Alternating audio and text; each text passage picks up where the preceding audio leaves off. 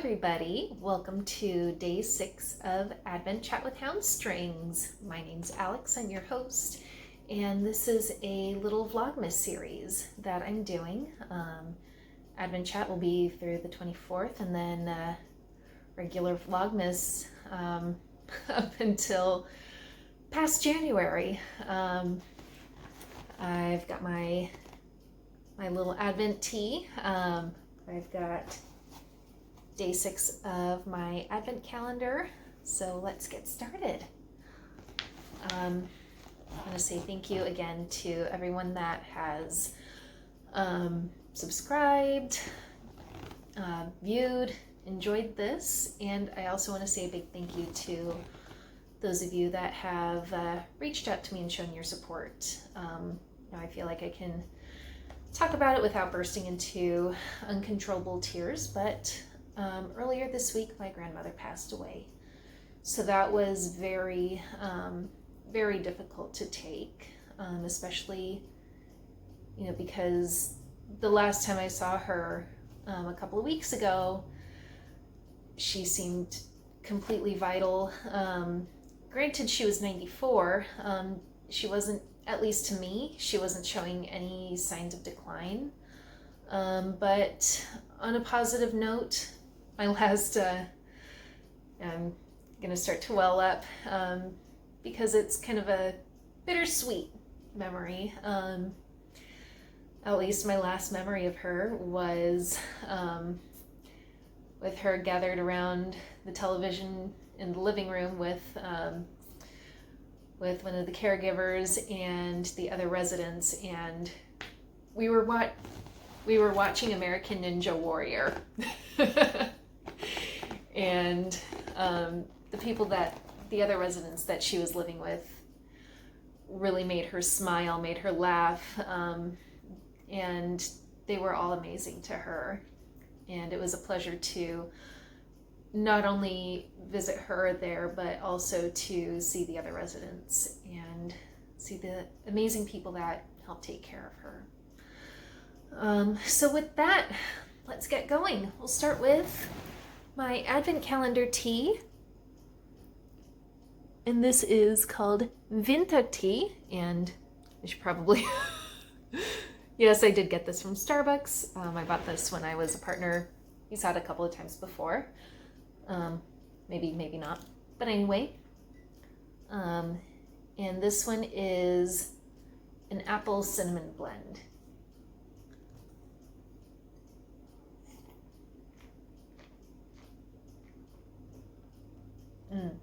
That's good. And of course it's got the hibiscus, which I don't want to, you can kind of see the tea bag. And the hibiscus not only lends that bright ruby red, almost kind of a pinky red color, it also lends that pop, that kind of tartness that you think of with some fruit teas. And then it also, mostly get it in the aroma, but there's also roasted chicory, which kind of mellows things out, gives it a nice toastiness.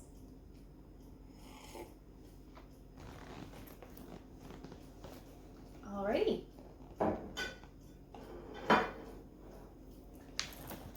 So, as far as projects are going, I still haven't had a chance to work on anything today. Ironic because it's my weekend, but first off, I slept in until 9:30, which for me, that is sleeping in.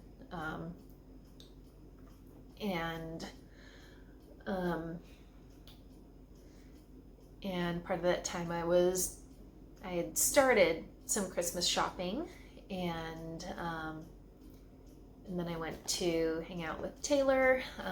He bought a house recently, and he's moving in, so he got most of his things from his apartment to the new house. But we were just shopping around, hanging out, picking up some things that he needed. Then we went out to dinner at a pizza parlor that's just right down the road, maybe like 2-3 minute drive away, which is nice. Just to put in a little plug because it was really, really good. If you find yourself in the San Diego area, heading northbound, it is called Pala Mesa Pizza. And it was absolutely slammed. It seemed like they were short-staffed, but they got our order in a really an impressive time frame for how crazy hectic they seemed behind the scenes in the kitchen, and with how many phone orders, walk-in orders were coming in. And not only did they do a good job, not only were they busy, which of course when trying out a new restaurant means that they have a good turnover. So that means fresh ingredients. So not only was it busy, which is a good thing, it was also really, really good. We got bacon and pepperoni, and we also got some cheesy garlic bread, and everything was super fresh, super tasty. So definitely worth going back. So that's what I did all day. Real quick before I forget, last episode I mentioned, or yesterday I mentioned that I was going to start working on a project bag for myself. Let me grab the fabric so you can see, because I'm not sure if I showed it to you beforehand. So here it is. So this is one of the fabrics. Oh, Christmas kitties. How cute is that? And then this is the other fabric quarter that I got. Christmas puppers. So I definitely want both of these fabrics in one bag. I'm not sure if I want to do it one side one fabric, the other side the other, or do it kind of a patchworky style. I'll have to kind of play with it, see what I want to do. And then for the lining, just a nice green with red polka dots.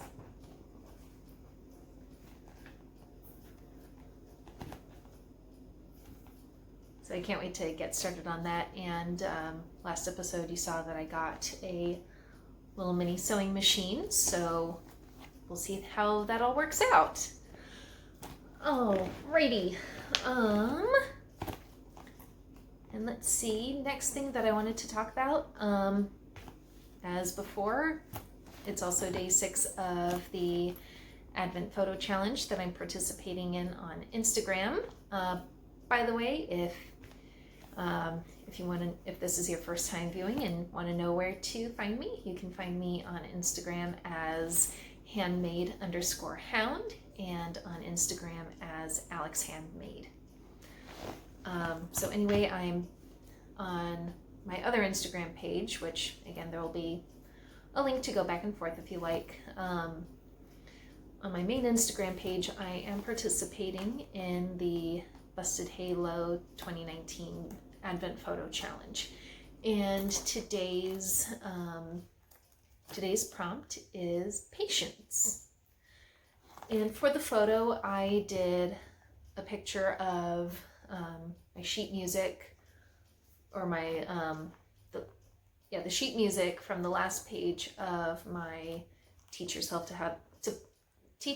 to Play the Folk Harp book. It's by Sylvia Woods, and that's something that on previous episodes of Handstrings, you'll see a little bit of that here and there. And got it right here. Now I'm trusting you not to screenshot anything, but the last piece in the book, appropriately enough, is Jesu, Joy of Man's Desiring, which I thought that apropos for this time of year because not only for Christians are we waiting, Christians including, you know, Catholics, Lutherans, you name it. Not only are we waiting for the arrival of our Lord, in this piece, I am patiently working my way lesson by lesson. I'm still stuck on lesson 4. I finished lesson 3, like, I don't know how long ago. So I think I've been several months working on lesson 4. So it's definitely testing my patience right now, but I know it'll be worth it in the end to be able to get to that point. There's one piece where I did end up skipping ahead, and I've been able to play one piece from lesson, what is it?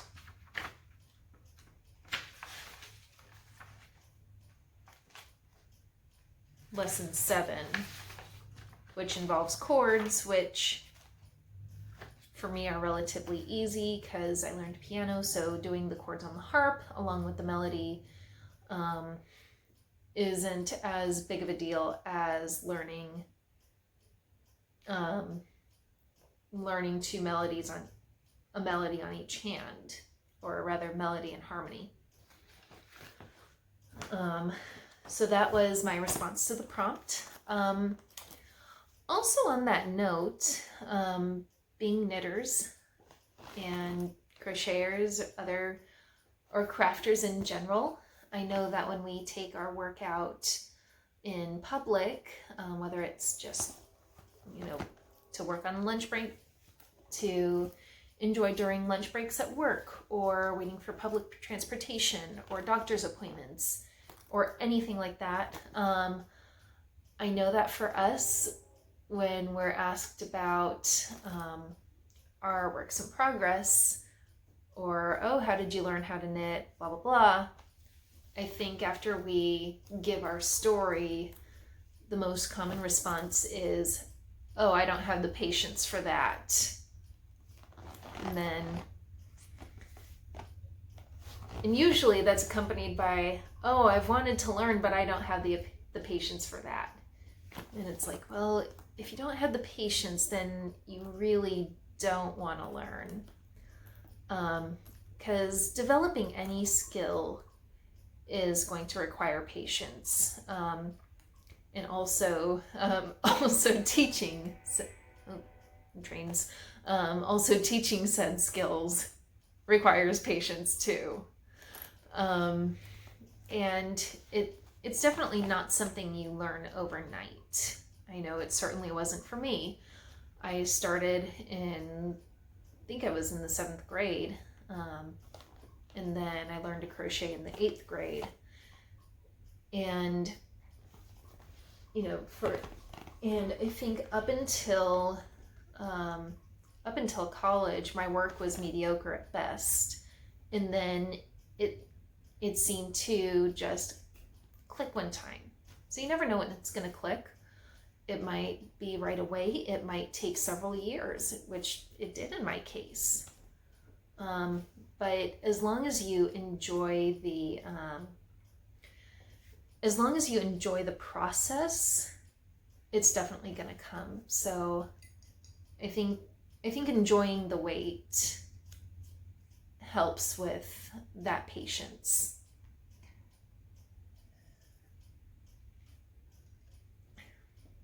So, that being said, tell me, what are some skills that you're trying to work on? Are you trying to learn a new musical instrument? Are you trying to learn a new skill in a craft or hobby that you're already that you've gotten your foot into?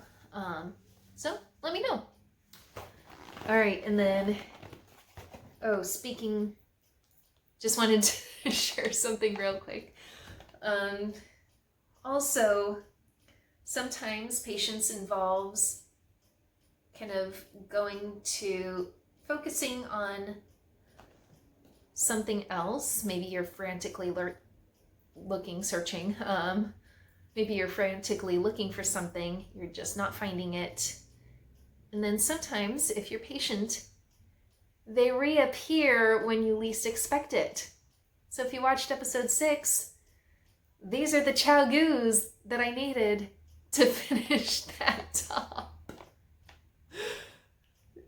Don't ask me where they were, because well, I'll go ahead and tell you. So they were in a basket that I have for bathroom necessities. So, so primarily cotton balls, washcloths, things like that, not like yucky bathroom stuff or anything like that.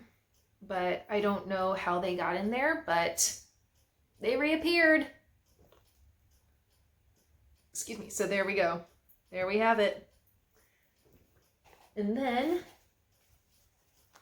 again, speaking of patience, waited for this all day. Let's open day 6. And of course, this is the Forbidden Fiber Company Christmas Movies edition.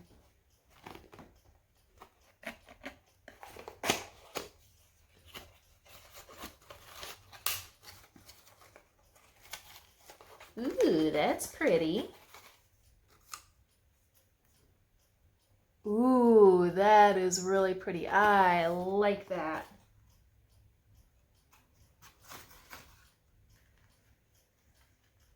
And the colorway is called Christmas at Nakatomi Plaza. Now, I haven't the foggiest on what that might mean, so let's find out.